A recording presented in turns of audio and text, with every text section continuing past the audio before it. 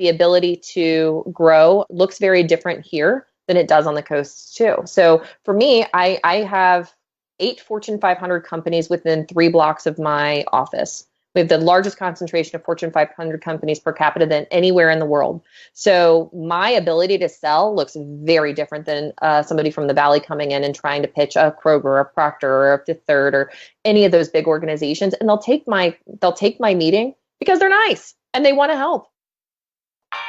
The startup investment landscape is changing, and world-class companies are being built outside of Silicon Valley. We find them, talk with them, and discuss the upside of investing in them. Welcome to Upside.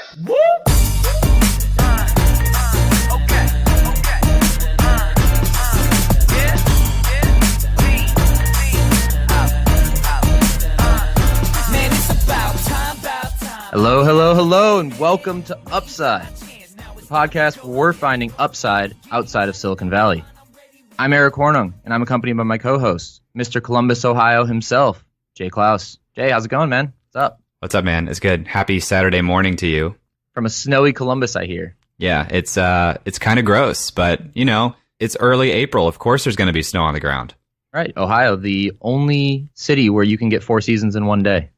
Yeah, it's spring, man. Gotta have snow. Yeah. So, Jay, what are we doing here, man? So you and I talk about this a lot. We talk about different startups that we're looking at and following that we think are high upside businesses. And a lot of those startups happen to be outside of Silicon Valley, partially because that's where we're both located. But Eric and I got to talking and we said, we talk about this a lot. Why don't we show more people who these companies are, learn more about them, talk to them more directly, and really show what places like the Midwest, what we're made of. And we believe that these founders are smart, resilient, opportunity seeking, capital efficient. We think it's a really good place to focus if you're an investment professional or you're looking to get into alternative investments. We think that opportunity is here and we want to show that off. So that is the Upside Podcast. Did I miss anything, Eric? No, I think you did a great job. And if you're a listener and you made it through that and your eyes lit up because you feel the same way, then this podcast is probably for you. And we're going to tell you a little bit about how we're going to walk through the rest of this podcast and who we're going to be talking to. So the way we structure our podcast here at Upside is that we want to walk through the 3 stages of startup deal analysis. So that could be how a VC looks at a startup, but primarily how an angel investor would look at a startup. The first phase is research. So you're going to hear me and Jay talk about some of the research we did, both online, looking at articles, looking at databases like Crunchbase or AngelList to get a sense of what this startup is like. Then we're going to interview a founder. We're going to ask some questions, get a little bit deeper into their story, where the company currently is today, and the outlook or the market that this founder is working in. And then we're going to debrief. We're going to do this in what's called a deal memo, and we'll teach you a little bit more about that later in the podcast. But essentially, it crystallizes our thoughts and helps us examine what we were thinking 6, 12, 18 months from now when we look back on this deal. With that being said, Jay, who are we talking to today? Today, we are talking to Summer Crenshaw. Summer is the co-founder and COO and CMO of tilr Corporation, based in Cincinnati, Ohio. As part of the leadership team at High Frequency Marketing before tilr, Summer developed tactics to drive online and offline brand activation. In her leadership role there, she was able to work with clientele, including major and independent record labels, consumer product firms, video game manufacturers, and major motion picture studios. Her efforts contributed to media exposure featured on media outlets such as CNN News and a variety of publications, including Inc. Magazine, Brand Week, Billboard, Advertising Age, Adweek, and The Economist. Leveraging that experience, Summer worked with CareerBuilder.com as part of the startup team that pioneered the Cincinnati and surrounding tri-state market development before co-founding tilr in 2015. tilr is a first-to-market, on-demand recruitment technology that empowers workers and companies alike. Their proprietary technology matches based on workers' skill sets, job requirements, and location, as opposed to job titles. This allows tilr to quickly fill open positions for employers while offering workers new opportunities. All of that is what I found on the internet in my research and what Summer told us ahead of time, but I'm excited to talk to her today. I don't know about you, but my first reaction was this is a very relevant and timely sort of business idea.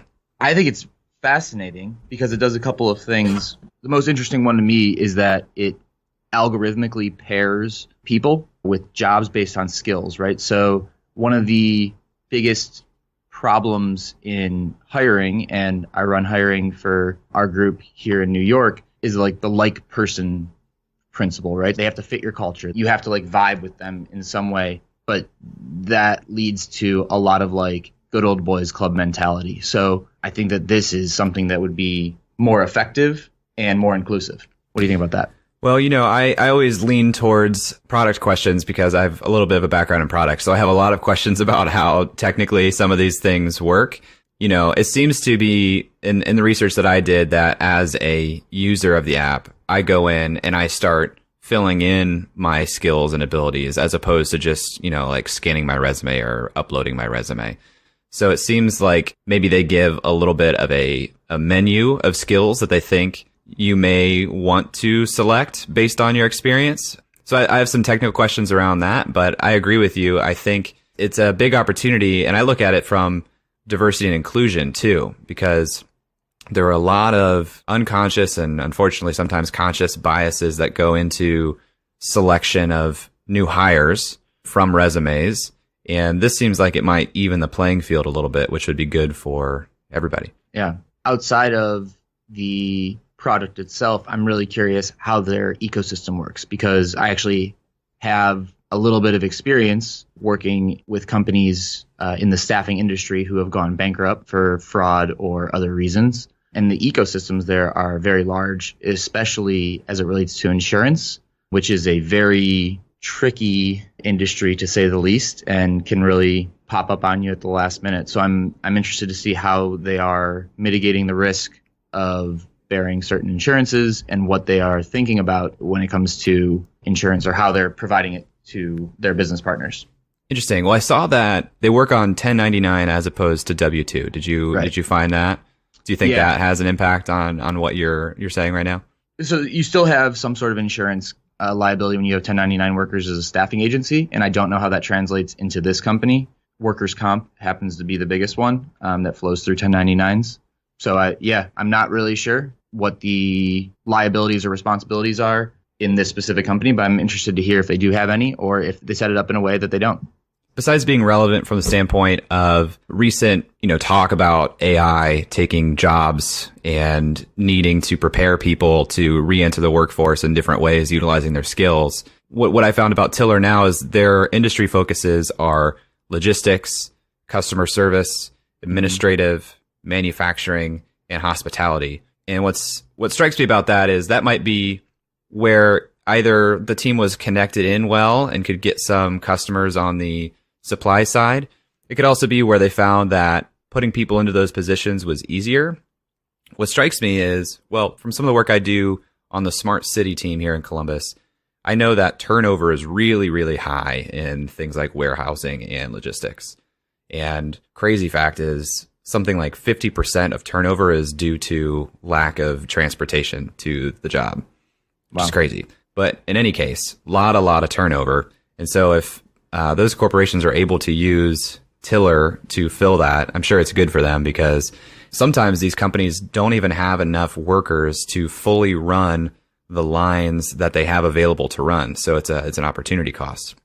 But what strikes me about these industries is arguably some of these would be the first ones hit by AI and automation. And so I wonder what their strategy for that is, or what their plan is there. Did you have the same thought or a similar thought? Similar thought in terms of the concentration of industries. That point you just made about the transportation is fascinating, and it's something I didn't know. I'm curious if our audience knew that.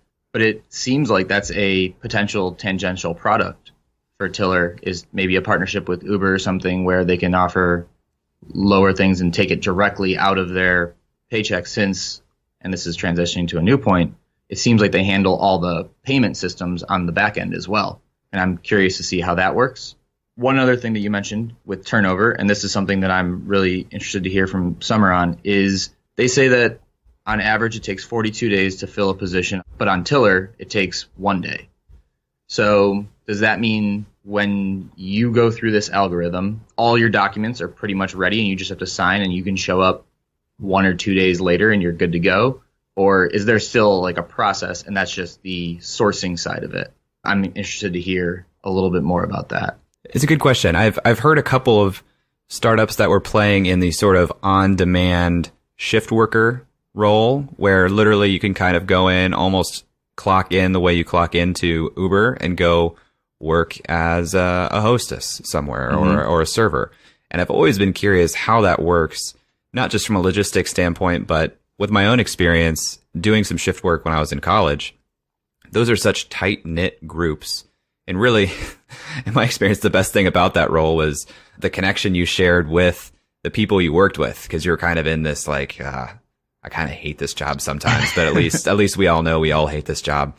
And if you kind of replace that and you're just getting, a grab bag of people every day, it would be difficult as someone who was sort of full-time in this role to connect with people. It'd be difficult. So yeah, I'm curious too how exactly that works. But I do believe it's a pretty big market from the standpoint of even just hospitality alone. I'm sure that's pretty sizable. So I'm hoping to hear from Summer about some of those numbers. Yeah, the market is definitely massive. And we need to make sure that we do get some of those numbers from her in our interview with her today. But that means that getting it right is also really important. One other thing that I want to hear about is how they make sure that they're getting it right. How are they verifying the skills that an employee puts in? So if you, Jay Klaus, go and sign up and you put in that you're really good at butchering meat, and it turns out that you sign up and 1 day later you're in a butcher shop and they go, all right, grab the, I don't know, what cleaver. Kind of knife do you, cleaver. That's what I'm looking for. I was going to say machete, and that would have made, obviously butchering meat is not my thing. Not how butcher shops work, no. Cleaver. Right, go grab the cleaver and you pick up a paring knife, right? They're going to say, okay, this is obviously wrong. So there's the skills verification on the upfront, and then also they have a ranking system that I couldn't find much detail on afterwards. And that ranking system, I'm guessing, verifies, but it does it retroactively. So there's probably a little bit of balance there. What do you think? Well, I found an article, I think it was a couple years old at this point, and in that article they talked about the verification being all done over phone and talking to the candidates. So if that's true, that could be reliable. Curious how they plan to scale that. Also curious to hear what competitors or what they consider to be competitors in this space, because you could go as far as saying Monster.com is a competitor here, which would be a pretty big competitor. LinkedIn could be a competitor. At the core of this, it's a double-sided marketplace, and marketplaces are really, really difficult. Mm-hmm. So we'll be interested to hear their approach to building that marketplace. They're in more than one market now, so they're working through it. It'll just be interesting to hear their specific approach. Yeah, I agree. Looking at competitors, I mean, you mentioned the tech competitors, but there are entrenched companies that operate in these industries already. I forget the name of the largest one. It's like Elliott or Lindy or something like that. As a staffing firm? As a staffing firm. There's a couple other ones, but they're billion-dollar companies, right? They're massive, and they have huge networks of people who are putting things in, but they're very expensive, especially in the agriculture space, which I know that tilr is not in. I also wonder, this is fun, this is just us saying, and I wonder, thinking about Kanye right now. I wonder how they approach and position themselves to a company when they onboard a company. Are they selling to the HR agency? Are they selling to the recruiter? In a way, you could see where this would potentially take the role of a recruiter.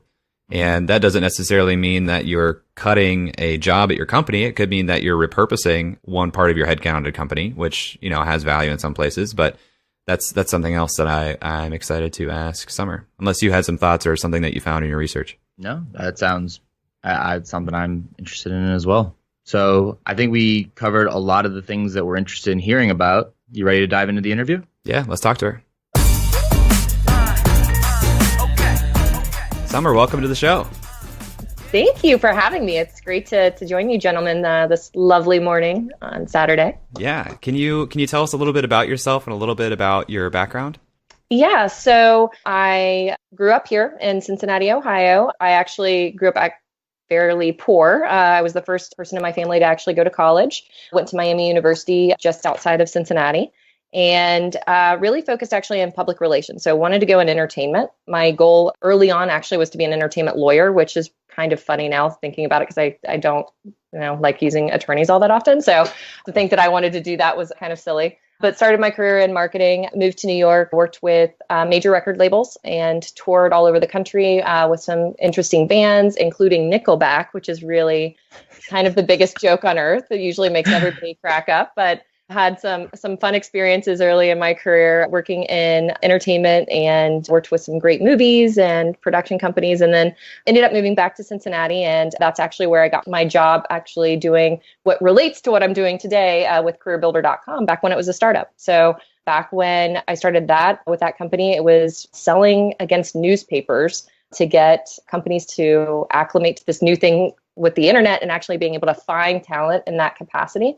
So that was kind of the big precursor into planting that first seed for number one, entrepreneurship, and number two, looking at this space in human capital. And left CareerBuilder, started a fintech company not too long after. Unfortunately, it was 0708, and in 0708, no fintech company did well. So got to learn a lot. No failures, just a lot of learning. At the same time, my husband actually was deployed to Iraq, and he was injured in combat. So that was a whole new world that kind of came to fruition and ended up going back into, let's say, the corporate world and ran some different brands in a restaurant group. And then after that, started another startup with my now co-founder, Carissa McClusack. She and I had also worked together at CareerBuilder previously and ended up leaving that organization, joining another organization to run product marketing for a company that did fundraisings for nonprofits. So, and after that, this idea of tilr kind of came up and decided to leave that organization and launch tilr with Carissa. So we've had two startups together and previously worked at CareerBuilder when it was a startup. So, did you get to meet the guys from Nickelback? All the time. We could spend a whole interview on that, and I'm going to resist the urge. All just on that. Yeah, no, it was actually, so my client at the time, I worked for a company called High Frequency Marketing, and they did experiential marketing. So they were, really focused in viral marketing before viral was actually even a word. So our client was actually Jim Beam. So the tour that we were supporting, the client we were supporting was Jim Beam. So it was the Road to the Rack House tour. So it was Nickelback, and their opener was actually Jerry Cantrell from Alice in Chains. So, which is really like such a cool experience to have kind of in my back pocket for, 3 months going all over the world. And I actually like Nickelback still. So I'm not ashamed to admit it. Usually makes most people laugh, but I like them. What a cool experience. Well, resisting the urge to go down that path. First of all, please thank your husband for us for his service. Sorry to hear about the unfortunate accident. But before we dive too deep into tilr, can you tell us in your words what tilr is, what it does at this point? At this point, okay. We're not too far off the vision, so that's good. Really, tilr automates recruitment, and we're a marketplace that does so. That is, mobile first, number one. But our core area that differentiates us from anything else is that we base all of our matches on skills. And we're really focused on eliminating bias in the recruitment process and really expanding kind of the talent pool that we see. And we can do so based on the skills currency. It's interesting something you just said there. You said expand the talent pool. Mm-hmm. Can you talk more to that? How you see the talent pool as, not already set?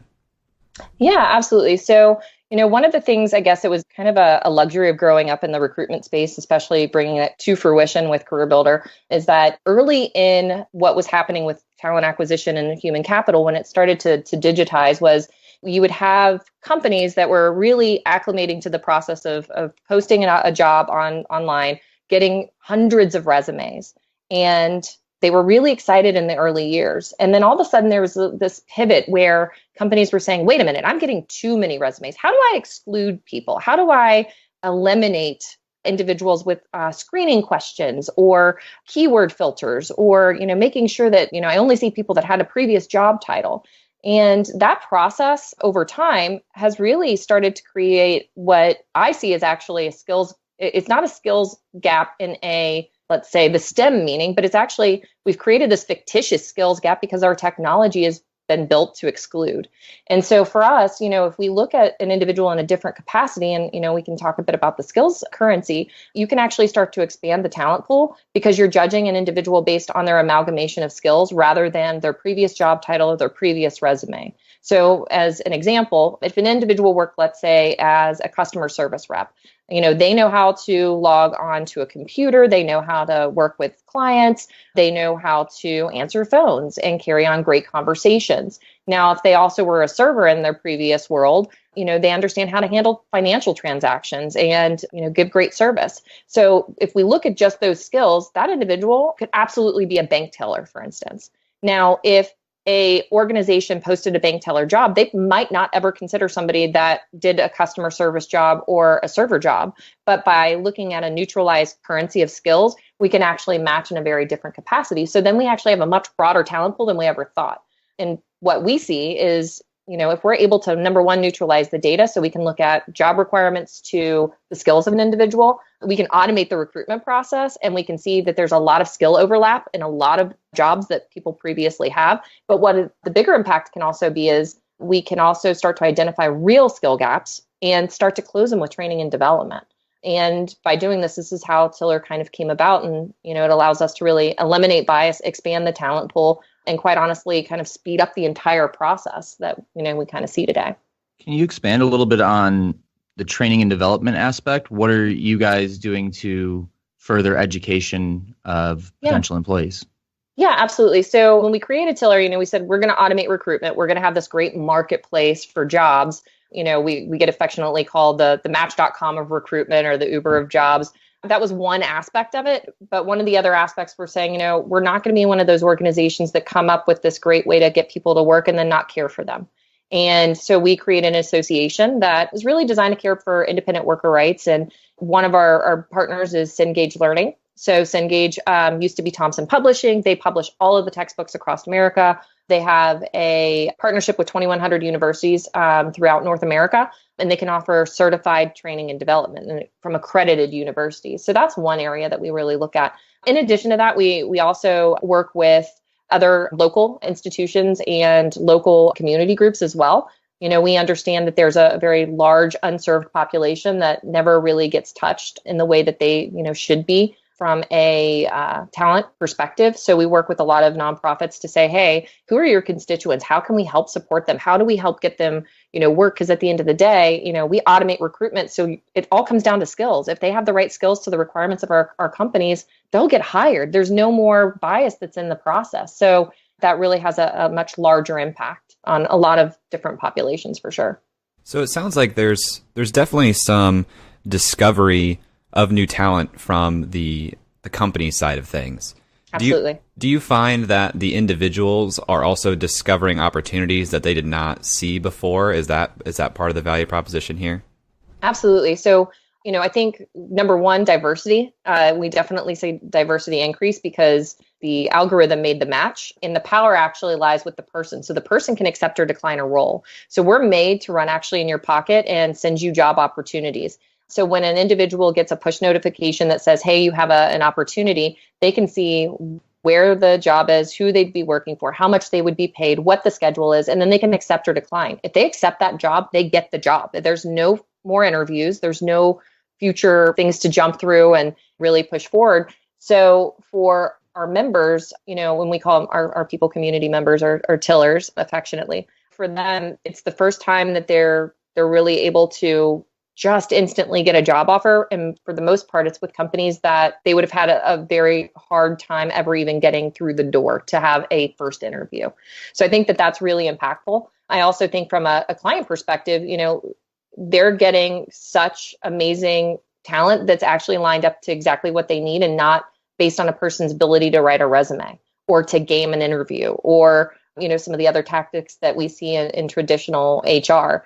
So I think that it is a very interesting scenario for both accounts on how they're finding better talent in a new capacity. I think one of the cooler things that we see our companies do, and I'm sure you guys have seen this with other startups, your clients start to use your product in different ways and you learn from your clients and, you expand on that. But one of the great things that we're seeing with a lot of our clients, the more they acclimate to using us, the more aggressive they are with using us. They use us more often and more frequently and more aggressively from they'll post a job at 9 p.m. at night, wanting people at 6 a.m. the next morning, and we get them, but they get a little aggressive. But I think one of the cooler things is now they're using this as the new interview. So instead of doing the traditional process of posting a job and doing first interviews and second interviews and all of that, now they're saying, you know what, let the algorithm make the match, have them come in, work a couple of days. If it makes sense, we'll just hire them full-time onto our own staff. Let's just circumvent the entire old process. This is a better process for them. So it's really fun to see that occur and how great of a fit it becomes for, our community members as well. So there's a ton of emphasis, obviously this is your core thesis, on skills-based hiring. Mm-hmm. And maybe you could walk us a little bit through the product and what it looks like for a worker who wants to put their profile up. How do they pick their skills? Is it customized? And how do you guys verify that they actually have those skills? Yeah, the process is pretty easy. Download the app and they create their profile. What we do is, although we're title agnostic when it comes to matching individuals to job opportunities, we do use a title of previous work as a way by which they can unlock the skills that would be associated with that title. So an individual comes on, they put in customer service rep or whatever previous job they've had, and that expands a bucket of skills that are associated with that. From there, they actually rank their proficiency level 1 to 5, so a Likert scale, which is the most, from a psychological perspective, it's the most verifiable, easy to use kind of scale that we find people are most truthful with. So they do their proficiency rating on their skills. It goes pretty fast. Typically, it takes about 90 seconds to actually complete your full profile. It's kind of like a Candy Crush model. So when you're selecting through all of your skills, it kind of goes through and you can put multiple job titles in there. And then on the back of that, we actually conduct an onboarding call. And that call is to, 1, verify the skills, but 2, actually coach individuals that they're more than the job titles that they've put on into the profile. Because what we found early on in our beta is most people are so well trained to leave things off of a resume or an application that they just naturally do it in a mobile application as well. So we have to coach them and say, hey, did you do any other jobs in the past? What did you do in college? What did you do, earlier in your career? What did that look like? Well, by doing that, we have a much broader list of skills that can be pulled from when we're matching individuals to jobs. So that's one way that we do. It's basically an interview. It's exactly what that first screening process would be in any traditional job process that you would have at any other company. On the back of that, we actually do conduct a background check. From there, the individual is deemed on-demand ready. So that means they can accept jobs at any point in time. So once they're matched, they don't have anything else to do. They can just hit accept for jobs. Where we validate skills in a further capacity is once they start working, we have a 360-degree feedback loop. So the company rates the individual rates the company, and we're really using that as a way to strengthen bonds and verify skills, not as a way to have like a star system of ranking of our individual tilr community members. So we have that put in place, and we're also adding, actually we just rolled out ways to look at tools and certifications as well. So tools, if you think about like a graphic artist and need Adobe, or if you're a welder, you might need specific tools for that. So we've just added that as well. And future will hold, I'm sure we'll start to do some other kind of testing, especially if you start to think from a technical perspective as well. We might miss the mark maybe on a perfect match the very first time that a person goes out, but subsequently with the rating system, we're able to really validate that. It's happened very infrequently that the skills an individual has indicated is not what they actually have, which is really interesting to see. We see consistently people underrate themselves, which is interesting. And you can go down a rabbit hole on that and the psychology behind that too. But it's very interesting when you talk to somebody about the proficiency level for a skill. You've got people that are, we've talked to and they're like, well, I've only done, this for 10 years. We're like, you're an expert. You're absolutely an expert at that. Like, you're very proficient. But it's really funny because they'll put like a 3 instead of a 5. It's fun to, I guess, explore human nature when it comes down to that.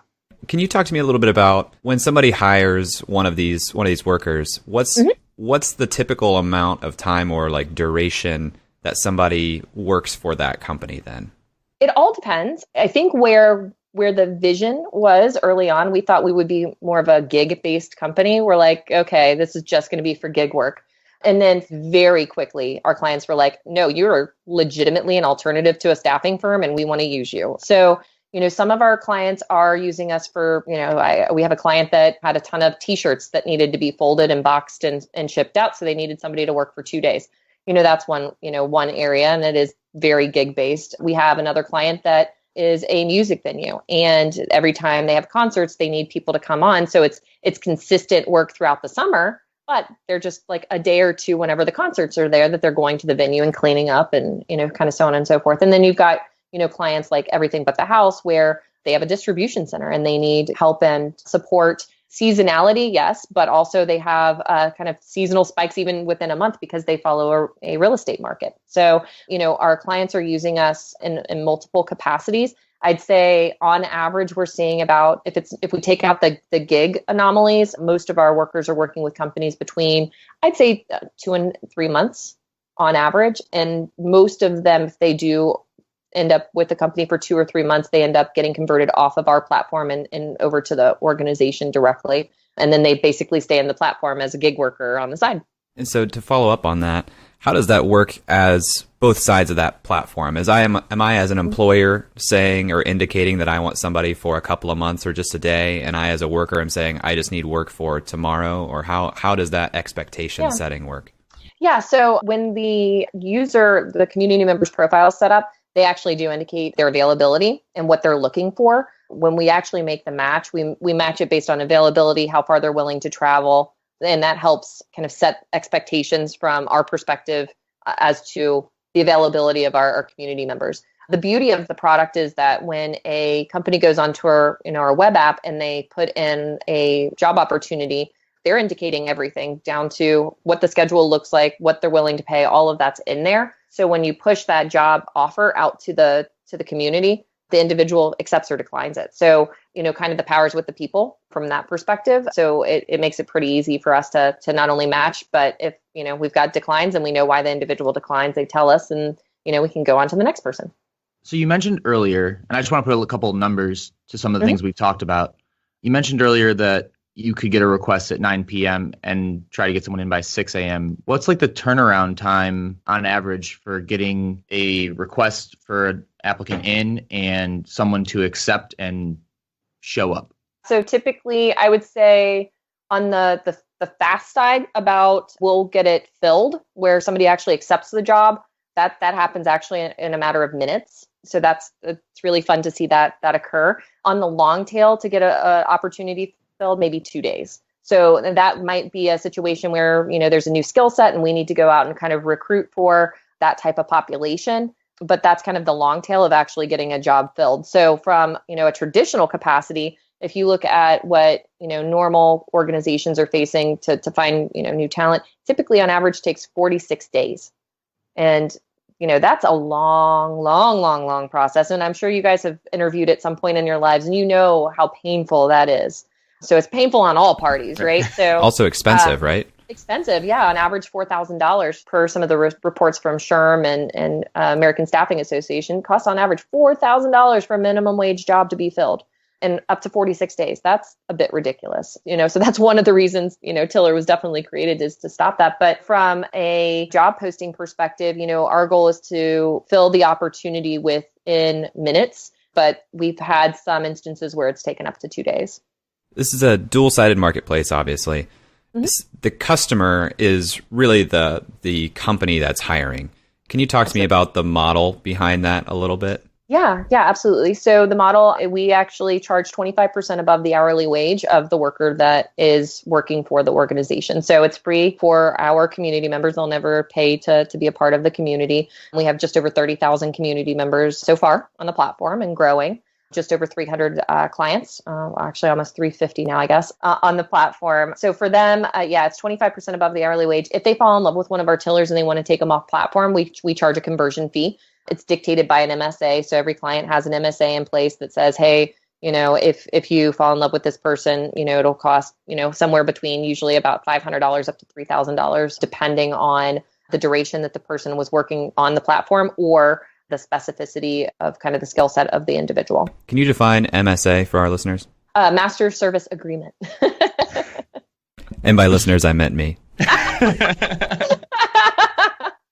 So how many new individuals are you guys onboarding in a given month or whatever metric you use? It all depends. So I would say early on, we got really aggressive at attracting community members, and we quickly learned that you have to balance supply and demand. So, our goal is not to now just attract thousands upon thousands and then not have job opportunities for them, because that's a really crappy user experience. So we don't want that. I would say on average now between 2,000 and 4,000 is what's coming on platform and onboarding in a given month on average.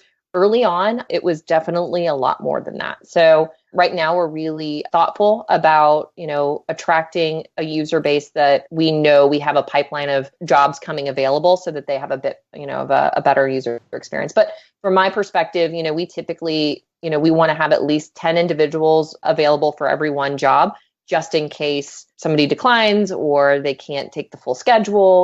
We can actually work with clients to co-share, if they've got a situation where they have 3 months of work, maybe they don't need that one person to do the job. Maybe we can get them 3 or 4 people to actually share the schedule, which also helps them, avoid things like attrition and burnout, especially in some jobs that are pretty aggressive, like if you're in a warehouse or logistics and, kind of things that are a bit harder on individuals. I know that in warehousing and logistics, turnover is pretty high. Yeah. Is that a problem you guys are explicitly saying that you help solve, not just from filling space, but saying these people can become full-time hires and lower turnover, increase retention? Yeah, absolutely. So retention is definitely something we discuss, especially within that kind of vertical. We're educating our clients quite often on thinking differently about talent. So it's not just, finding one person to do one job. It's thinking about if you're some of these warehouses I've talked to, 200, 300, 400% a year in turnover, that's absolutely ridiculous. So how do you solve for that? And it's thinking about, number one, your talent a bit differently. How do you split time between individuals? Also, how are you, taking care of those individuals as well? So, one of the areas that we're working on right now is, we pay weekly through the mobile application. We kind of broker the payment between the worker and the company. We're paying weekly, but one area that we're getting ready to roll out is daily pay, and being able to say, wait a minute, you can attract a whole different base of talent if they are able to be paid daily so that they can afford to get gas and show up and work. So those are some areas that, we're definitely working with companies to educate how to use talent differently, how to source talent completely differently, and then also how to care for workers in a new way that makes them want to stay at the organization. What do payment terms look like there? Are companies paying you up front, or are you floating it and then collecting AR on the back end? It depends. Obviously we prefer to be a full broker, like a broker of payment. So basically, the individual goes to work, it's an ACH or credit payment coming from the company. Mm-hmm. Some of our companies, we do have invoicing. So we do float a bit for our larger organizations. So, some companies, they have a standard policy and, we work within, terms to make it work. But typically on the longest tail, it's a 30-day invoice period. Okay. Can you talk to me about where you guys are operating right now? Which markets? Yeah, so we launched and founded the organization in Cincinnati. So that's kind of hub, home base. Then we are in Dayton, Columbus. We just launched in Indianapolis. We're in Northern Kentucky, and now we are also launching in Louisville right now. And so our expansion plan is to be in about 15 markets by the end of this year. And what does it look like to launch a market? What does that process look like for you guys? When we started, it looked very different. We were following kind of the same model of get the workers and the businesses will come. And then we quite rapidly realized, actually the demand is the jobs. Workers will come if you know that you can give them a great user experience where they're getting job opportunities. So now when we go into a market, we were really doing kind of a land and expand methodology where we go in, we pick out actually a county specific that we're going to target first and foremost, focus on getting the first, 50 clients and the first 500 community members that really have the skill set that can meet that demand. And then we expand from there. So for us, it's actually a bit easier to now expand based on a key client strategy. So most of our clients that are in Cincinnati actually have arms into Indianapolis or Louisville or Lexington. So it becomes very easy for us to say, great, that's wonderful. We'll absolutely start building up a population that matches exactly what you need because we know what you need here in Cincinnati. So we'll be able to find that talent in other markets. So from an acquisition strategy perspective, getting our users, digital is the easiest. It's a mobile app. So, you're going to focus on digital, but we always do look at nonprofits and community groups that have a heart for getting people to work in every community as well, because we find you can have very, very strong relationships built and find amazing talent to really impact those cities as well. We don't want to be one of those organizations that markets from the outside in. We want to probably, kind of be inside out, if you will. So you mentioned earlier in our discussion that you guys where you are right now is close to the vision. So It sounds like, looking at the Pareto principle, you've put in 20% of the work to get 80% of the way there. I'm really curious lately about what the 80% to get the final 20% looks like. So what do you think that looks like for tilr? So I think where we have the biggest opportunity is data. The most interesting thing is obviously, when you think about the skills that you're collecting and all of this data from each individual, as well as the requirements from companies, we start to see this really interesting picture of what a geographic impact looks like from an economic basis. And what I mean by that is, if I look at the city of Cincinnati, I can look at in 2017, I think we had $6 million worth of job opportunities that were pushed out. And when they were declined, the biggest decline reason was transportation. And I can actually now look at the data and say, I actually have a heat map of where people were declining job opportunities for transportation. Now I can go to the city of Cincinnati and say, hey, did you know, the infrastructure here isn't supporting individuals being able to take job opportunities because they don't have a solid infrastructure for transportation? How do we solve for that? And if we look at, other ways that big data could actually be built, we can look at, organizations that are going fully automated and autonomous. And all of a sudden you have these workers that need new jobs or new skills. Now we can actually inventory the skills of the individuals that, are kind of being replaced by whatever new future automation is occurring. We can then, look and say, wait a minute, we have near qualified occupations in these areas. Why don't we start training and developing these people so that they can be valuable to our new economy? So when we started, I don't think our mind was so set on data, but now we're like, whoa, there's some big impact here that we could be taking and making an impact on the regions that we're serving and the states that we're serving. What are the next steps to attack that opportunity for you guys? Obviously, the buzz is always going to be around AI. And now, what we're doing is we have to be very thoughtful on AI when you're talking about humans. We don't want to train our lovely robot to say that only 26-year-old men can get XYZ job, or, we don't want to make, those kinds of leaps. So we're definitely very thoughtful in training the algorithm and looking at machine learning in order to do so. So those are big layers that we're adding. New product features that allow us to close feedback loops are also helping. And then from a partnership perspective, from a future vision, we're looking at a lot of channel partners. So not just a channel partner to sell tilr, which is fabulous, and we love those kind of channel partnerships, but we also are looking at what are the organizations that could help us improve data and close some of the pieces that we might not have, or we might not have visibility because it's just not our wheelhouse. So economic development initiatives, working with states, we've been talking to the state of Ohio and the state of Florida and Virginia, and looking at some of their challenges and where we can solve. But they also have data that we just don't have from a demographic or other impact areas that could really close the loop on some of that as well. It's interesting you bring up the transportation issue. I briefly talked about that with Eric in the intro. Mm-hmm. With the smart city efforts we're doing here in Columbus, Ohio, something I've learned is specifically warehousing jobs, 50% of the turnover is due to lack of transportation or unreliable transportation. So you touched on AI, which is something that we wanted to get into a little bit. It seems like some of the industries you're focusing on now could be some of the earlier industries to get hit by automation replacing jobs. Right. So how does tilr, the company, prepare for that if that's the customers you're serving now? And also, what do you plan to do to help those workers who could be displaced? Right, absolutely. So that is actually a really amazing question and something we actually think about quite often. So I think that we're more prepared for that because we are focused on the skills currency. We're not focused on some of the other ways by which, individuals are judged. So that gives us the luxury of understanding how we can actually impact training and development. Our technology already indicates not only what you're qualified to do, but what you're near qualified. So we have every individual, we can say, how many different types of jobs they would qualify for today, and then what they could nearly qualify for. So we can actually work with companies and or members or governments and say, hey, let's launch something that looks a bit different. And that's when we talk to like workforce development boards and innovation directors and the governor of Ohio, for instance, they're keenly aware of automation and the impact. And so we're working to help give the data there, to solution for that. Another area that we're really looking for is allowing our people to move upstream, so to speak, as they get more and more jobs and feedback from companies. They learn skills. So they're adding new skills all the time into their profiles. So they're expanding their ability to take on new jobs.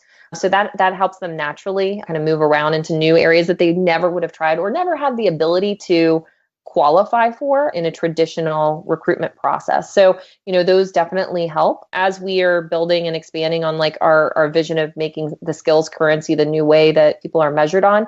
I think one of the more exciting things that we're launching this year is, taking our technology and white labeling it for companies. And the reason it's exciting is not just, having a new revenue stream, because that's fabulous, but beyond that, if we start to think about, our skills table and how we're allocating talent based on their skills in a marketplace, we know that there are nuances in every company and really cool skills that people learn in an organization like Procter & Gamble that nobody else would learn in any other company. So when we start to think about company skills tables and reallocating their own talent internally. So, saying somebody worked on one project, we can reallocate them to a different project and do that in that capacity because no company knows most anything about their employees besides maybe 1 year or, one job before they join the organization. So silly that companies keep going out externally from their organization to recruit when they likely have the talent in-house. So that's really impactful. But what that allows us to do from a broader view of the marketplace, we can start to eat that type of data and take that, let's say higher end type of job profiles and feed that over into our marketplace. So if we think about our marketplace serving maybe blue collar work more often than white collar work, so to speak, our marketplace goes like this. And by doing white label, we can start to kind of close that gap on even looking at the broader view of all the skills that exist. And it helps us be able to pivot a bit faster when, new types of technology come on the scene because it changes every day. So that's kind of how we're looking at it. We knew that we would want to white label our product for organizations because we saw it happen at other organizations we worked for in the past. But the impact of that data side wasn't as clear until recently when we were starting to build out skills tables. And we're like, oh, wow, this is going to be a huge impact on our organization and our marketplace. When this is white labeled in-house, is that a tool used by the hiring manager or the recruiter, or is this almost a replacement for that role? Depends on who you ask or talk to. Some recruiters get a little nervous. No, from a white label perspective, we've got companies that are looking at it for serving a different population. So for instance, we have a nonprofit that's wanting to use the platform in order to get restored citizens back to work and to be matched to companies that are willing to take those with blemished pasts and use this as a tool by which not only the match is made, but because we use our technology to clock in and clock out and payment and all of that's kind of built in, they can actually then layer on the social worker on top of that. So they're monitoring the individual and they're ensuring success on all parties. So that's one way to think about how it could be white labeled. Staffing firms, quite honestly, have been, a target for us because we kind of built this beautiful backend system for our own use because we're teaching our technology to make the leap on when matches should be made. And we have to manage our talent to make sure fill rates are ensured. So we built this great system that could absolutely be used by a staffing firm.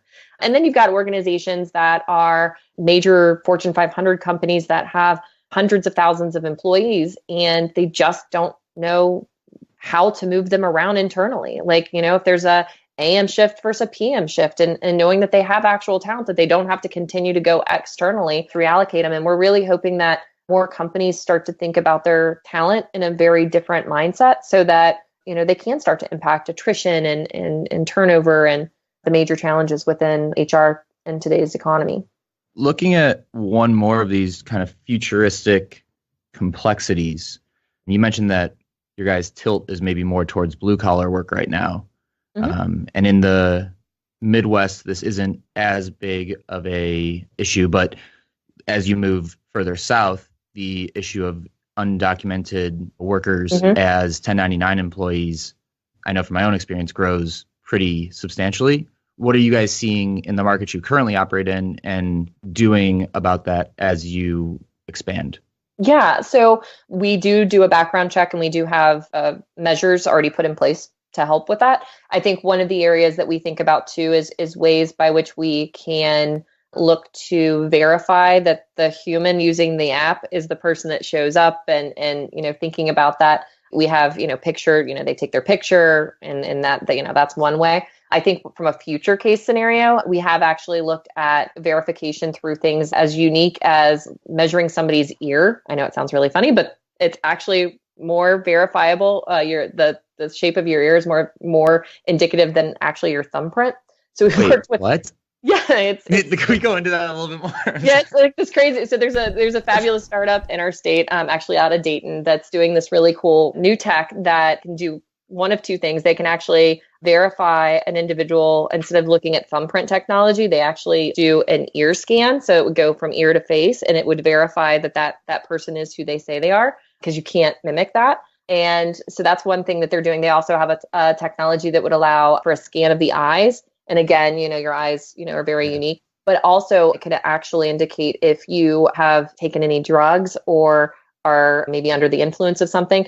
And what's really cool too is it also can indicate if they have a concussion or some other things. So we've been in good conversations around putting things like that in place as we grow and expand, and understand that there's always challenges in being a marketplace, and you have to anticipate some of those issues occurring. So we have some interesting things on the roadmap in order to make sure that we address those challenges. That's cool. What's the name of that company? What's the name of that? Actually, I think they've branded. I will totally get you their contact information. But it's cool. It's out of Dayton. So yeah, sounds fascinating. Really, really. That's with us. When I got the pitch, I was like, what is this? That is so cool. My members are going to be kind of like, why do you want to see my ear? That'll be a whole new conversation with my customer service team.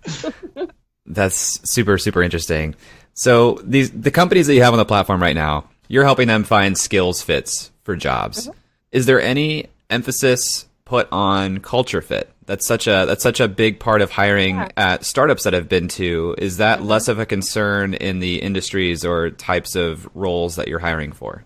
Yes and no. I think one of the things is really starting to push forward the need for cognitive diversity and diversity in an organization. So at the end of the day, you can say culture all day long, but are you looking at culture in a way that can really push your vision forward for the organization, or are you just trying to have everybody kind of a carbon copy of one another? So for us, we do talk to our clients a lot about that. Where we're able to combat against, let's say, the culture fit is that at the end of the day, in an interview process, anybody can game an interview. And we know that. The first day or the first few weeks is when you find out, oh, was that a great fit or wasn't it? So by using our technology as the new interview process, and having your first few days is really making sure that there's a fit, becomes a new way to think about it. So, at first, I think we did have that culture pushback. And then when we started to educate our clients and saying, how many times have you hired somebody and you really wish you hadn't? And a lot of times, most people say we do it all the time. So that's the way that we see it. But I think one of the new things that we're seeing is that more and more companies are doing things like, personality profiling, and they discover that at the end of the day, it actually comes down to the interpersonal workings of the individuals, not so much are they a culture fit from what I'm interviewing. It's more, oh, let's put Susie next to Bob and Jerry, and let's see how they interact from a personal perspective. And that's how you're going to increase diversity within an organization. How do you guys hire at tilr? We actually do hire quite often through our app, which is my preferred method, because I hate interviewing, and I hate the whole process. And then I also hate job titles, because I think, nobody actually fits into one job title. Is that why you have 3? I have like 30. Yeah. So it's, and they still don't all match up to what I do on a day-to-day basis. So yeah, so we do absolutely use our app in order to get individuals in, and even up to, like, I'm hiring a director of marketing right now. So we have it pushed out into our community to have people come on site with us as well. Most all of our tilr ambassadors, who are the ones that do the phone screens, they all have come from our mobile app. How many tilr ambassadors are there? Quick numbers question. Yeah, no, we have 6 individuals on staff right now. So they're conducting the onboarding calls. They're also managing, making sure, people show up to work, and managing check-in, check-outs, because obviously some people forget to check in and out, and making sure that, all of that's kind of managed. So, on a given day, we can take up to 6 onboarding calls every half hour. So that's been pretty manageable for us from an onboarding perspective. And our goal actually from an onboarding call is not to do that always. That was really, as you're learning early on, you need to have those conversations with these, community members to understand how to improve a process and, eventually create a bot that can do some of the screening. And we think more often than not, most of our community members in the future will be, kind of onboarded through the tech, as we've now had a couple of years to really understand how people answer, or if, the questions we're asking are valid, or where the nuances are. So I think it'll only be portions of our population that will actually be onboarded in the future by an actual human. I think that question by Eric was a test, and I think you passed. I was going to ask Summer, you talked about earlier on, you guys were bringing on thousands of people a month as users, and then you realized you had to slow down and balance supply with demand. What is the process for onboarding a company?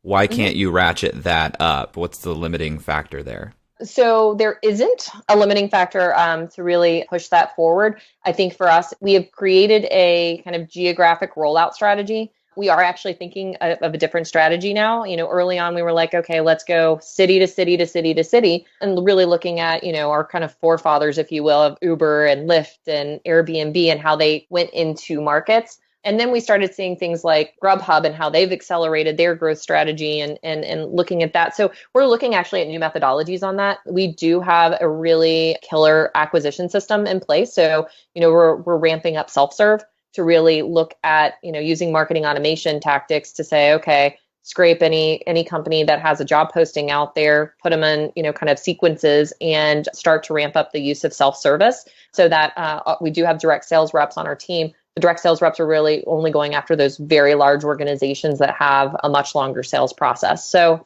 I think that's where we did have a lot of learning in our first year and a half, where we were very not slow to really balance, because, we do have quite a few clients, but we were, I think, a bit more conservative in how we were acquiring on kind of both sides. So 2018 is definitely our year where we're, looking to expand aggressively, to put it lightly.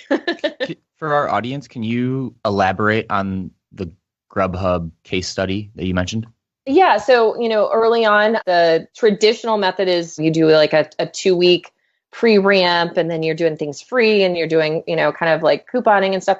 So they started launching a bit more aggressively, where the land model, land and expand, wasn't about like, weeks or months in the market to grow it. It was more like, okay, instantly get 50 key clients and go to the next city, go to the next city, go to the next city. So we're now looking at doing that methodology rather than originally thinking, okay, well, now we feel great in Cincinnati. Let's go to Columbus.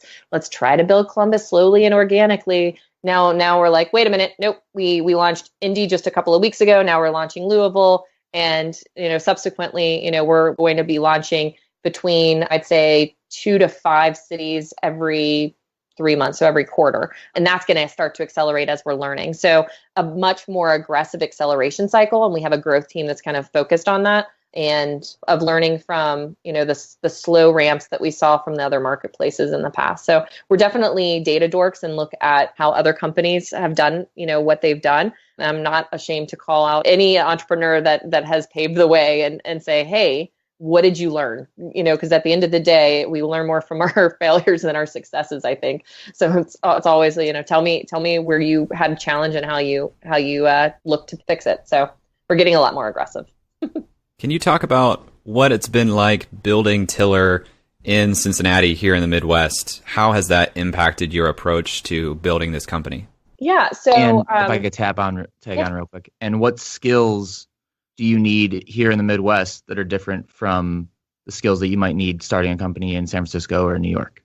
Yeah. So I think one of the best things about, being in the Midwest is, number one, we joke in Cincinnati that everybody's Cincinnati nice. So all of us, I think, in the Midwest are at least willing to have good conversations with others. So number one, we have the best support system you could ever ask for in Cincinnati. I mean, we have an ecosystem that's been developed to really foster not just success, because I don't think entrepreneurship's not just about the big exit and the success that you have from that. I think that you learn so much from, challenges that you've had in the past. And I know I have personally. So I think that we finally have an ecosystem that can absorb great entrepreneurs and put them either in big companies or small companies or new startups. We actually have that now. But I think the key in the Midwest is your ability to network, and not just for money. Networking for knowledge, I think, is also so key. And I also think that you need to give back. And have that mentality in the Midwest. I think that that's not the same in the Valley. I think also one of the big movements that I've seen probably in the last 3 years is I think most entrepreneurs from the Midwest were apologizing for it. Like, oh, I'm in Cincinnati. And I think that, one of the big skills that we need to have is to stop apologizing for launching a company where you live and where you love. That's something that more entrepreneurs need to take to heart, that we should be proud to be outside of the coasts and having great success, because there's a lot of amazing talent. And, we all know why we're staying in the Midwest and why we're not on the coast. We know that, our not just cost of living and all of that statistics that you check marks off of, but the ability to grow looks very different here than it does on the coasts too. So for me, I have 8 Fortune 500 companies within 3 blocks of my office. We have the largest concentration of Fortune 500 companies per capita than anywhere in the world. So my ability to sell looks very different than somebody from the Valley coming in and trying to pitch a Kroger or a Procter or a Fifth Third or any of those big organizations. And they'll take my meeting because they're nice and they want to help. They want to foster this system, right? So, I thought it was one of the cooler things that had ever occurred when I launched tilr in Cincinnati. I reached out to our ecosystem at Centrifuge, and I was like, hey, we're getting ready to go on the beta. I've basically, we've been hidden in a basement. We haven't been talking about our brand. We haven't even put our website up yet because we had strong ties within kind of this industry. So we didn't want other great friends to know that we were building this thing that's basically disrupting what they're doing. And the first people that they were introducing me to were literally Fortune 20 executives to help coach me on how to work with them and getting me beta contracts with these organizations. Now, that is not how it works in the Valley. I also think we have an opportunity, although we might not grow as aggressively as you'll see in the Valley, we have a better opportunity to learn. And we have, I think, a market that's a bit more forgiving. So when your baby's ugly, when you launch it, it's okay. It's not as challenging as, everybody seeing it in the Valley and getting scrapped. And that's, it's just a different culture. So I think that those are all great benefits.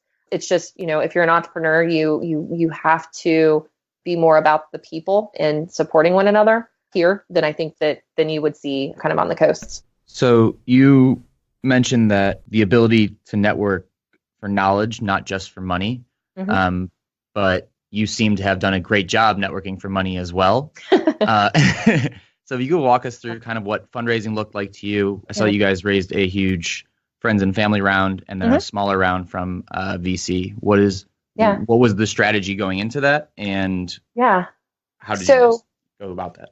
Yeah, so we are the weirdest fundraising scenario on earth, I think. So how tilr came about is it's really kind of funny. So Carissa and I had our boutique marketing firm that we had launched.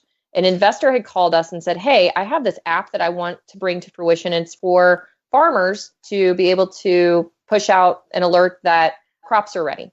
And we said, okay, we'll take a look at it. He had a wireframe. We looked at it and we're like, nope, that's not, no. And so Chris and I looked at each other and we're like, I like this immediacy thing. That's really cool. Nobody's really talking about this whole model of business to consumer. We're all doing these peer-to-peer models, right? So we're like, that's interesting. And then we had been working with a client for years that had been doing a lot of research on skills. So that was in our heart. And we were, thinking about that. And then we were thinking about what we learned at Career Builder and we're still working with them as consultants and just thinking about, hey, there's this new way that we can address all of these cool values that are coming up and all of the transitions that are going on. So we actually went back to the gentleman and said, hey, get where you're going, but we have an idea. And so it ended up that we pitched what tilr is today to him and said, look, we know there's a crisis ahead. 50% of our workforce is going contingent by 2020. It might be more aggressive in certain areas, actually. We know that the values of individuals are changing. It's not just like millennials that are flipping jobs every year. It's actually a value that people want flexibility. It's a worker value, multi-generational challenge. And there has to be this ecosystem that's going to support it. But every single person that's coming out with new tech They're basically taking the old job board and putting it into a mobile device. Nobody's thinking about it differently. So here's what we want to do. And so he had a business partner. So this was Steven Chevsky and Sam Pillersdorf. And we pitched the idea. And on the back of that pitch, we had a $1 million seed round. So it was a concept. So that $1 million, basically, we got that in October of 2015. That basically paid for developing our MVP.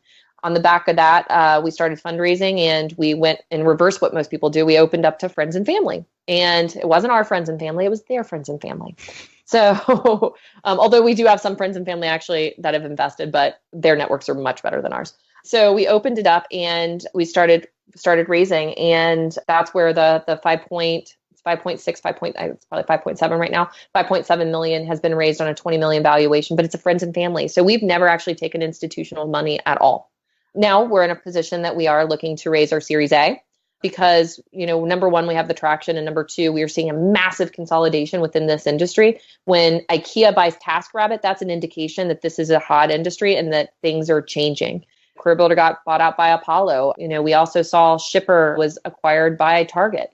So there's these really interesting things that are occurring. But again, they're still running off of the old traditional methodology. They didn't even change up some of the baseline of the traditional process. So for us, getting a Series A will allow us to expand nationally and quickly. We all know marketplaces succeed when we have scale, and it's time for us to scale. That was great. Was awesome. Yeah, thank you so much. Thank you so much, Summer, for sharing that perspective and for sharing with us today. For our listeners, where can they find you and find out more about tilr? Yeah, you can go to tilr.com, which is tilr.com. And to find me, you can connect with me on LinkedIn or on Twitter at Summer Crenshaw. That's great. Thank you so much, Summer. Eric, we'll debrief. Summer, thanks again for being on the show. Of course. Thank you, guys.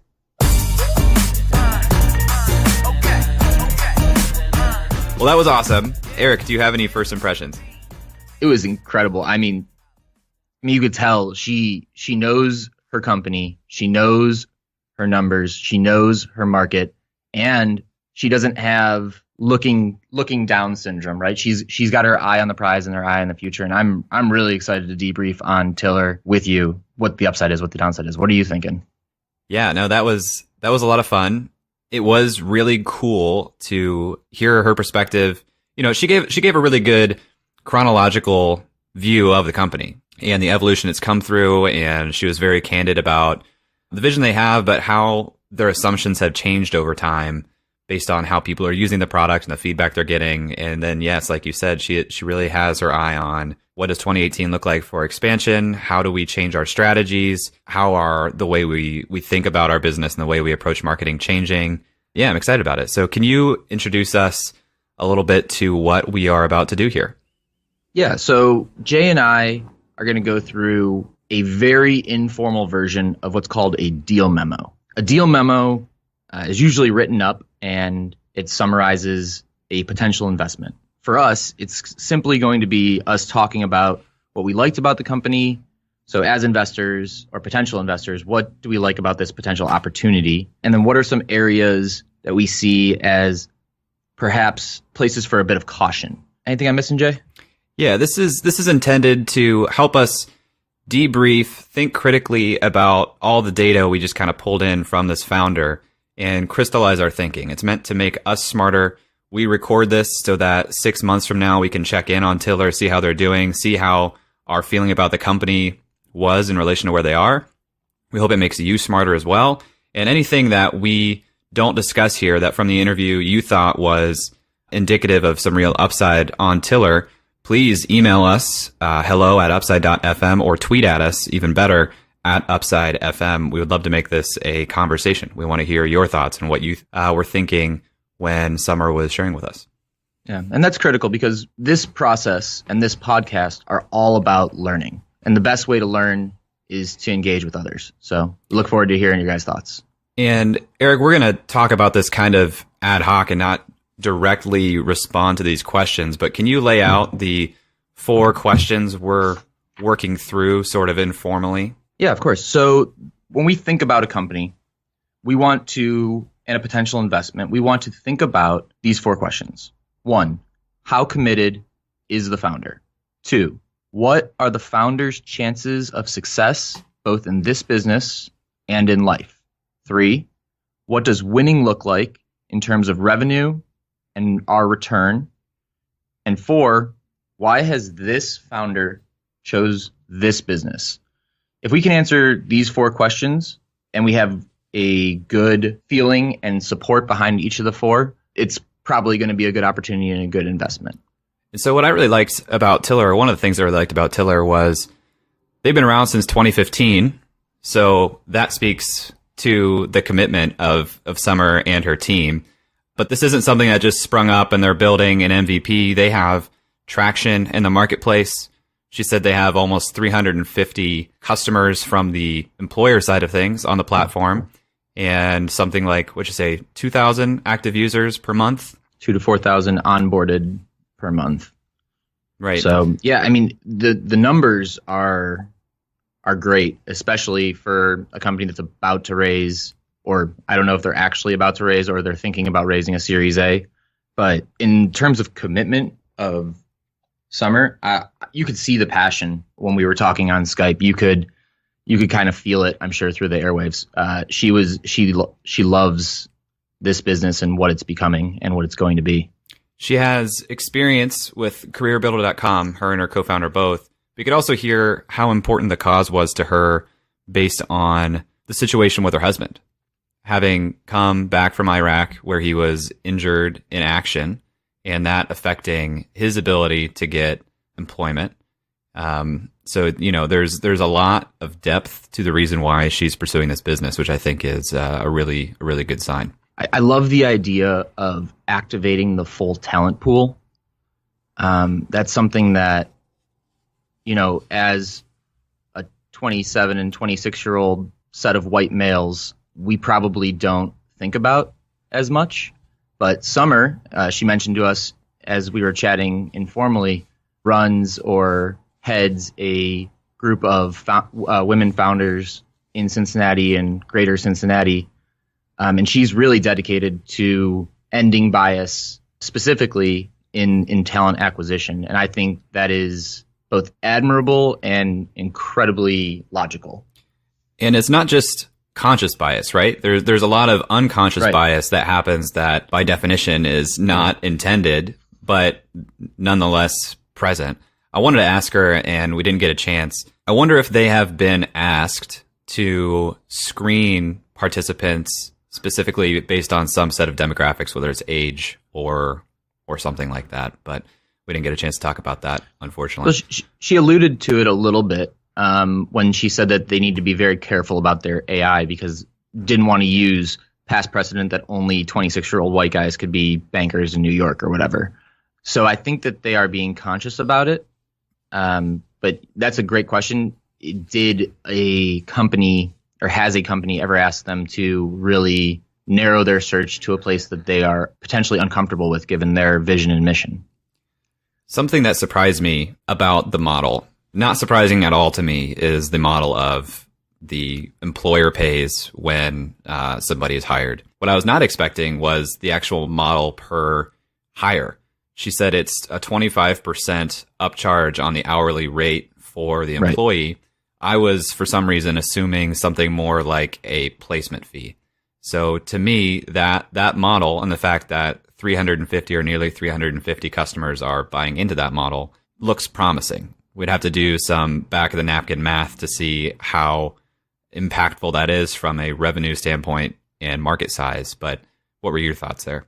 I mean, I thought it was incredible because if you're a company, right, and you have to, assuming her numbers are right, I think it was $4,000 in expenses plus 46 days of non-productivity. Let's just assume that productivity is at, something like $20 an hour. You're looking at almost $40,000 of like lost opportunity cost as a company, right? So 25% on top of a job that's $10 an hour is $250 an hour. I mean, to make up that 40,000, that person's going to have to work for you for a long time. In an industry that we're noting is very high on turnover.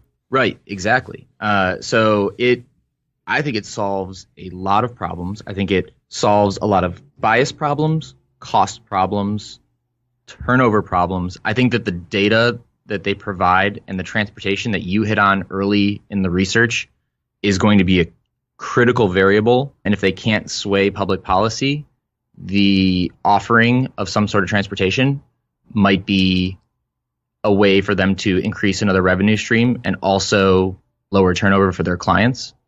But I think that it solves a ton of problems. What were some areas that you were a little cautious about? Well, it's always a little surprising and asks more questions when someone says we were actually growing much faster several months ago or earlier on and had to slow down. And I don't argue that that wasn't effective or the right way to do it. I wonder if that's Midwest bias a little bit to not, A, have the experience to know how to handle that kind of growth and capitalize on that kind of growth as opposed to just throttling it down, or if that was really the way that it needed to be handled. And in doing so and turning that down, do they have the ability to really ramp it back up to the same level that it was? Or, was that a very finite opportunity for some reason? Or is that something they can kind of turn on and turn off at will?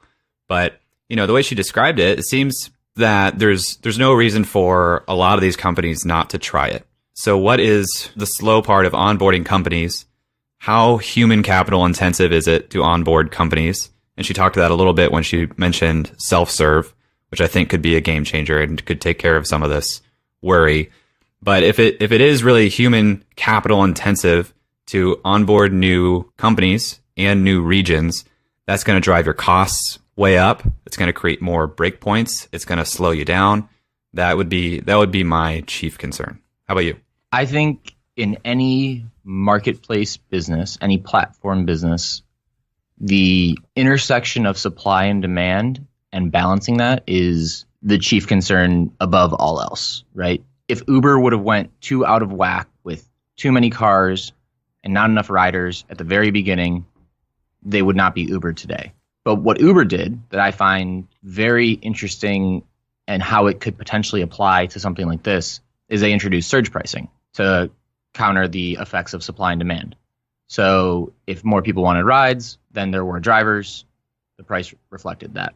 I don't know how that would fit into something like this, but it seems like that could have been another way to grow their potential user base. And I'm not sure exactly what that looks like, but that balance is definitely something of a concern because just like you said, slowing down is an opportunity cost. Yeah, of course. And it's organic growth, right? It's not like, it doesn't seem like they were like overly pouring money into this growth, right? It didn't seem, it seemed like a spigot you could kind of turn off relatively quickly. But maybe it was something that they just figured out some campaigns and they figured out, okay, this is how we really pour people in. And they said, okay, let's stop doing those specific campaigns. It could be that. Right, of course. General knowledge on the subject of marketplaces is that you start from the supply side. Is what I learned in my time in Tixers. You got to build up supply first to really build and capitalize on demand. But it is a balance. If she had a ton of people coming in and they weren't having a good experience from a consumer standpoint, we expect technology to work perfectly, for it to be beautiful, and for our experience to be great, and that we don't have to pay for it.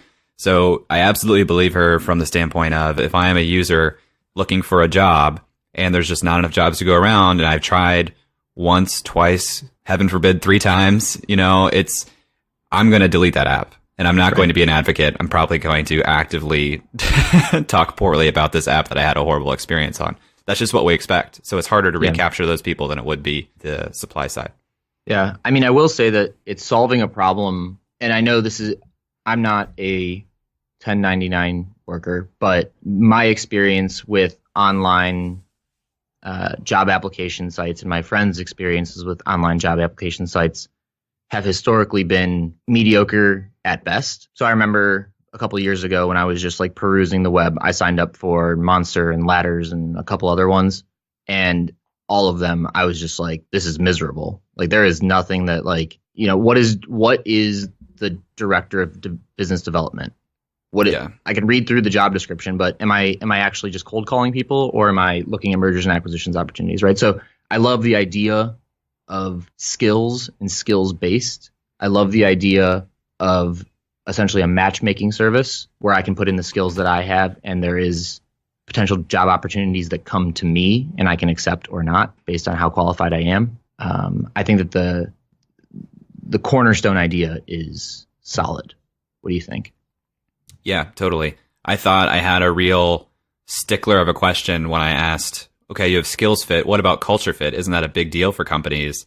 And her response basically was, we are not giving any less of an indication of a culture fit than a single interview, which is the process most people go through to get somebody in and then actually doing the work and working with the team.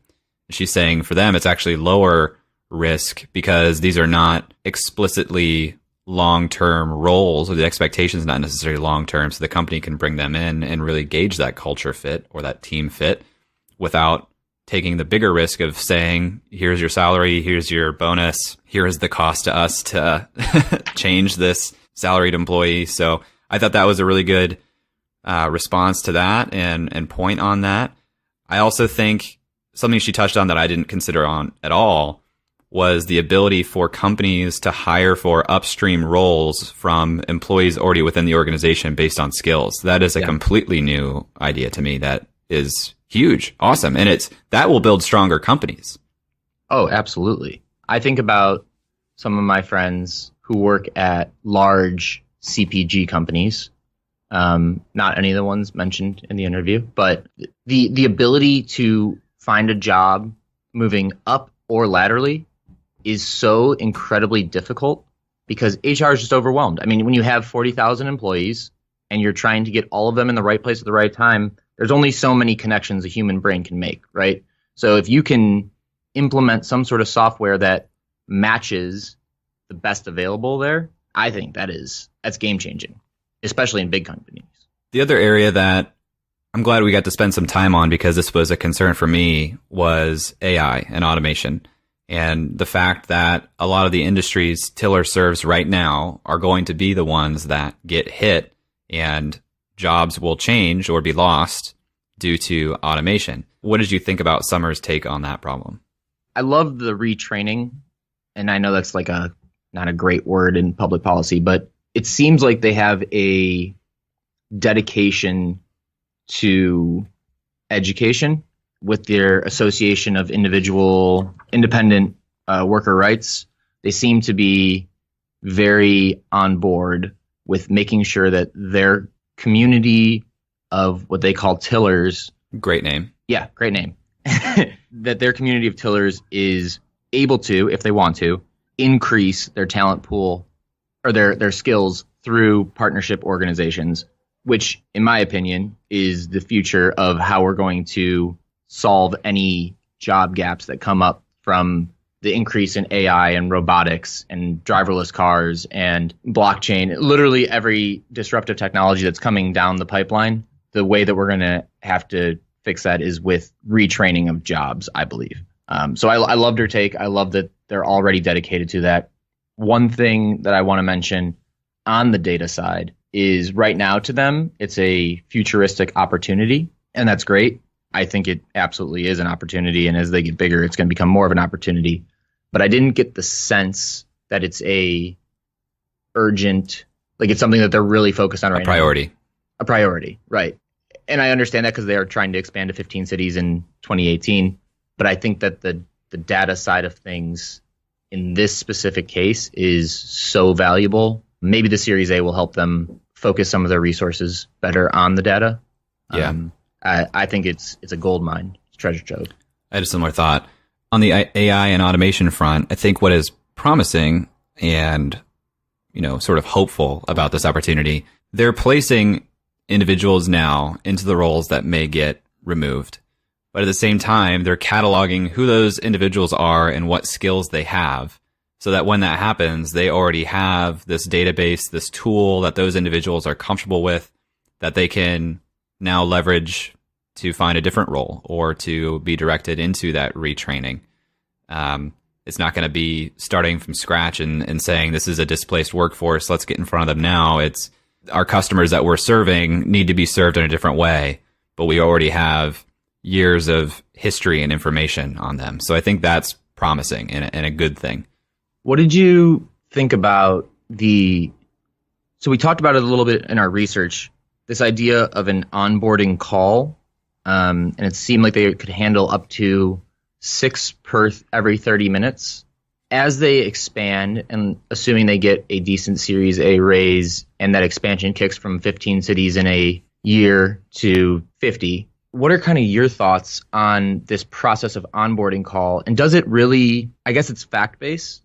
I was trying to differentiate here. They're trying to get away from an interview, right? But within their technology, there's an interview. So that to me is a little asymmetric. I think you're asking, first of all, I'm asking a lot of things. You're asking a couple things. So the first thing that I think you're asking is, what does it look like economically to have people doing fact finding? Does it make sense to be able to sort of screen them 6 person per half hour? What does that mean for the company and their costs? Is that something you're speaking to? That is a valid concern especially as they expand. I think I would agree. And I think that only gets easier and more efficient in the ways that they find are really important to the companies that they're serving. I think they'll continue to better hone in on what is important for us to get right in this process and focus their energies there, which will probably increase the number of people they can do in a period of time. But also, I just have to think that the model and the possibility is there, given from, if I sign up for Uber or Lyft to drive right now, I still have to go meet somebody and have my car checked and go through that process. So maybe it's not smart to tie it to those two companies that are heavily capitalized and say, well, they're doing it. But yeah, I have to think that it's possible and not going to kill the company in costs. But that is a good question. I love this is a little off topic, but I love the quote that I heard on a podcast this week that said, the Chinese are subsidizing our taxi rides because they're the biggest investors in Uber. And someone leaked that Uber's losing a lot of money in certain cities on every ride. So effectively, the Chinese are subsidizing American taxi rides. We have a lot of debt to China. It's fine. Yeah. Speaking of fundraising, what did you think about their fundraising story? How it looks on face value, it looked like it was a VC up front, but it wasn't. It was someone looking for essentially a project. And then 5.7 million of friends and family money means they've raised $6.7 million thus far. And in about 3 years, they're looking for a Series A. So what does that tell you? What do you think about all this? I love the idea of, we found a stakeholder for the problem we're going to solve, and they paid for the creation of the first solution. That's great. Yep. I think that is something that startups, especially in this region where capital is not as available, that's a smart model if you can figure that out, because that's proving, A, you're solving a real problem that somebody wants to pay for, and they're actually paying for it. What I think is going to be difficult to replicate as another startup in the region is this friends and family round of that stakeholder for close to $6 million. That's great. That's great for them. Difficult to replicate or say, go do that. From what I don't know is what the effect that has on the cap table and how a institutional investor at a Series A level will look at that. Are each of those friends and family investors going to be on the cap table? Are they going to have to all be represented? That could raise concerns in that round. What do you think? I agree if it's 20 different friends and family members, but if it's 10 and one of the people put in $3 million, it's probably a little different. But I agree from a VC standpoint, it would suck if there was 20, 30, 40, 50, 60 different names on a cap table already, and you're like, I have to deal with all of these different personalities and votes. I guess one way that they could fix that is to ask the friends and family round to file in one entity and transfer their shares. So it's not, I don't think it's the biggest deal. One thing I was thinking about is if they actually are looking into something like a Series A right now to grow expansion, one thing we didn't ask about was costs. So if they are looking at a Series A now, I'm going to assume that they're not out of money. They have some sort of runway, right? Because she didn't seem like it was a pressing issue. They have traction. They have paying customers. They have paying customers. I don't know if they're profitable. I think their team is 11. Their team's 11, and if you assume they've raised $6.9 million 3 years, the max run rate they could have at this point right now without putting any of their own money in is $2.3 million a year. So assume $100,000 per person per salary. You're looking at $1.1 million in salaries a year. Yep. I'm not the math guy. You're the math guy. You got to do. Yeah, you're doing great. You got to do the numbers. You keep on going, man. Yeah.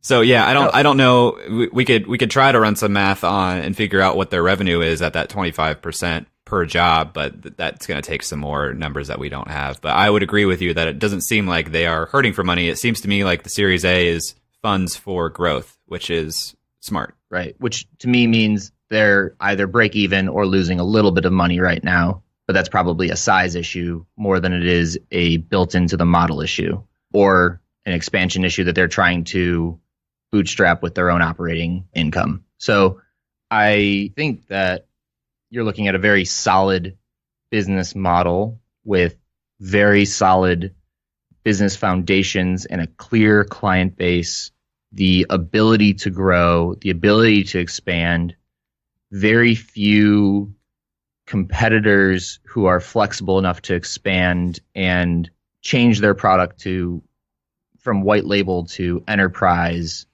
I think it's a winning proposition, and the only thing that will really hold them back. What do you think the only thing that will really hold them back is? Because I'm curious. Honestly, I think it's being conservative. I think it's being too careful and slow at the expansion plan. I think it's not figuring out how to keep costs low on acquiring both sides of the marketplace, while also providing a good experience to both sides. If the industries that they're serving more quickly get eaten up by automation, then they have a plan for going into other industries or reservicing those customers. That could be a problem. But what are you looking for from tilr 6 to 18 months from now?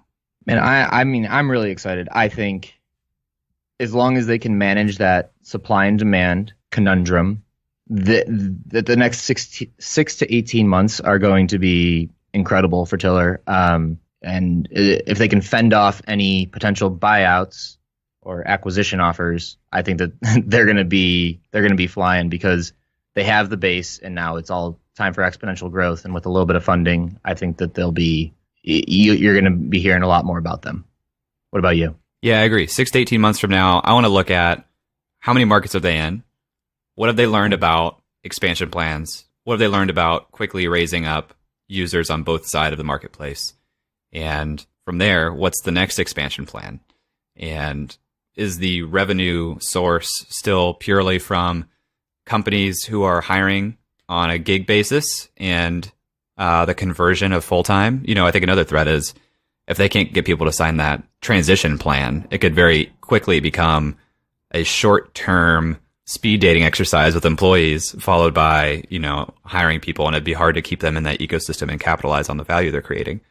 But 6 to 18 months from now, if they're continuing to grow at this clip, I think tilr has a promising future.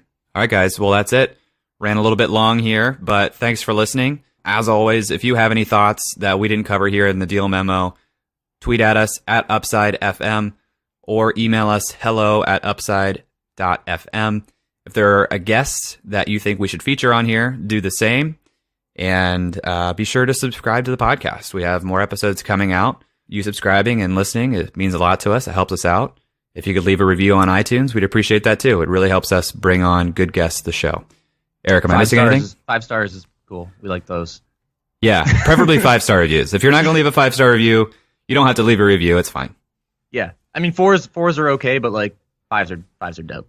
So. All right, Eric. I'll talk to you next time. All right. Later. That's all for this week. Thanks for listening. We'd love to hear your thoughts on today's guest, so shoot us an email at hello@upside.fm or find us on Twitter @UpsideFM. We'll be back here next week at the same time talking to another founder in our quest to find upside outside of Silicon Valley. If you or someone you know would make a good guest for our show, please email us or find us on Twitter and let us know. And if you love our show, please leave us a review on iTunes. That goes a long way in helping us spread the word and continue to help bring high-quality guests to the show. Eric and I decided there were a couple things we wanted to share with you at the end of the podcast, and so here we go. Eric Hornung and Jay Klaus are the founding parties of the Upside Podcast. At the time of this recording, we do not own equity or other financial interest in the companies which appear on this show. All opinions expressed by podcast participants are solely their own opinion and do not reflect the opinions of Duff & Phelps LLC and its affiliates, Unreal Collective LLC and its affiliates, or any entity which employ us. This podcast is for informational purposes only and should not be relied upon as a basis for investment decisions. We have not considered your specific financial situation nor provided any investment advice on this show. Thanks for listening, and we'll talk to you next week. Never mind, bro, that can't be matched. I'm lighting it